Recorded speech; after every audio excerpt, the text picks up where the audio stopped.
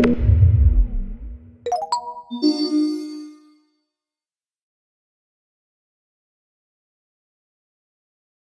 and welcome back to all of you who joined us for the course over the past couple of days. Thanks so much for all of your engagement during the course. If you happen to have missed it, all of those materials and videos are now online. The lectures are on YouTube, on the ISB's YouTube channel, and all the course materials are on our course website.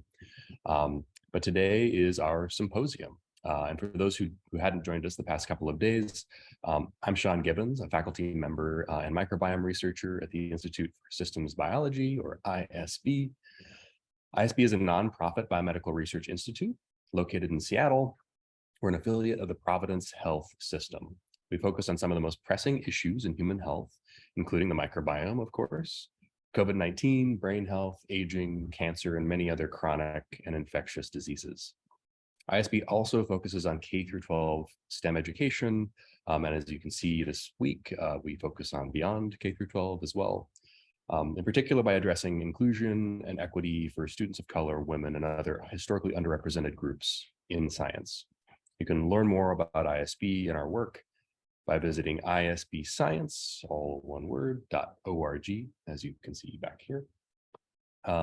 As a nonprofit research organization, we rely on the generous support of donors.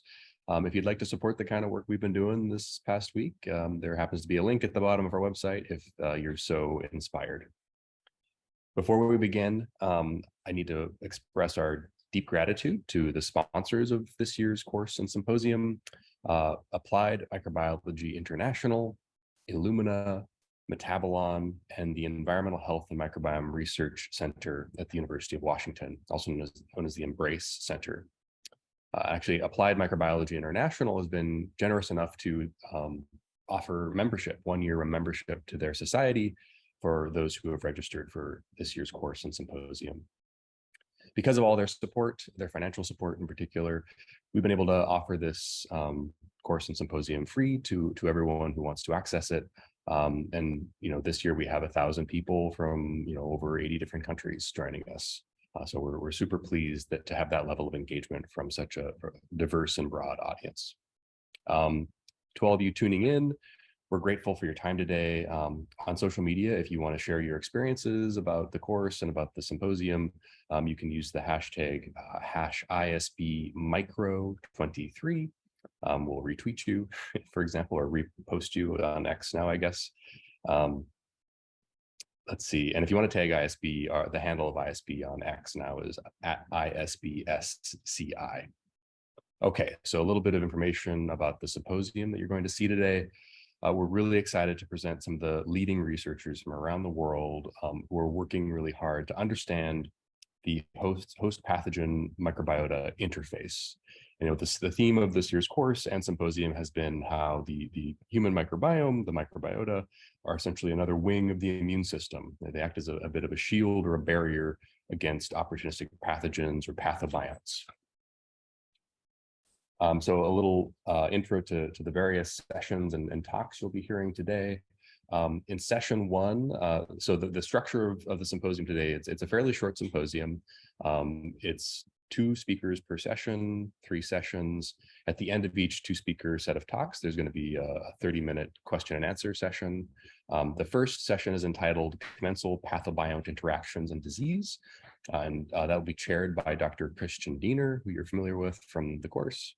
And our speakers today are Doctors Cecilia Naker and Lisa Meyer.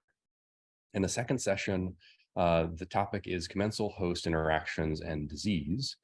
And this will be chaired by Carl Geiser with Doctors Arjun Raman and Anna Weil as our speakers. And in the final session, we'll focus in on a particular opportunistic pathogen. The title is Clostridioides difficile, Ecological Context is Key. And this will be chaired by Alex Carr, who was one of our instructors in the course. And the speakers will be Doctors Joseph Zacular and Ophelia Venturelli. So I'm super excited to hear all of these really cool talks. So like I said, 2 30-minute talks and then a 30-minute Q&A where both speakers will be engaged by questions and mediated or moderated by the chair. If you have questions, please submit them in the Q&A the bottom of your Zoom. We'll try to get to all the questions, depending on the volume. We may or may not, but one of the functions in the Q&A is to upvote one another's questions.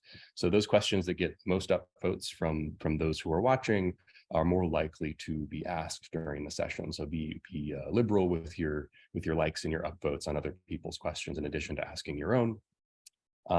When you're asking your questions, don't forget to preface the question with the speaker's name, so we can keep track of who's being asked what. That's always that can be sometimes hard to infer from a question. So please try to do that.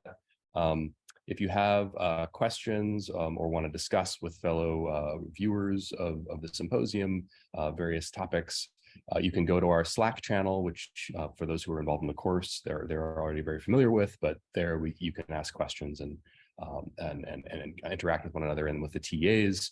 But if you have questions for the speakers, please restrict your questions to the Q&A within the Zoom itself. That's the only way that the questions will actually get to the speakers. Okay, so I think that is that for my introductory remarks. We're going to have a few minutes. The first session officially starts at 9:15 a.m. It's right now 9:09 a.m. Seattle time or Pacific time. So in about 5 or 6 minutes, you will see Dr. Christian Diener, who will introduce the first session. Thank you, and looking forward to a great day.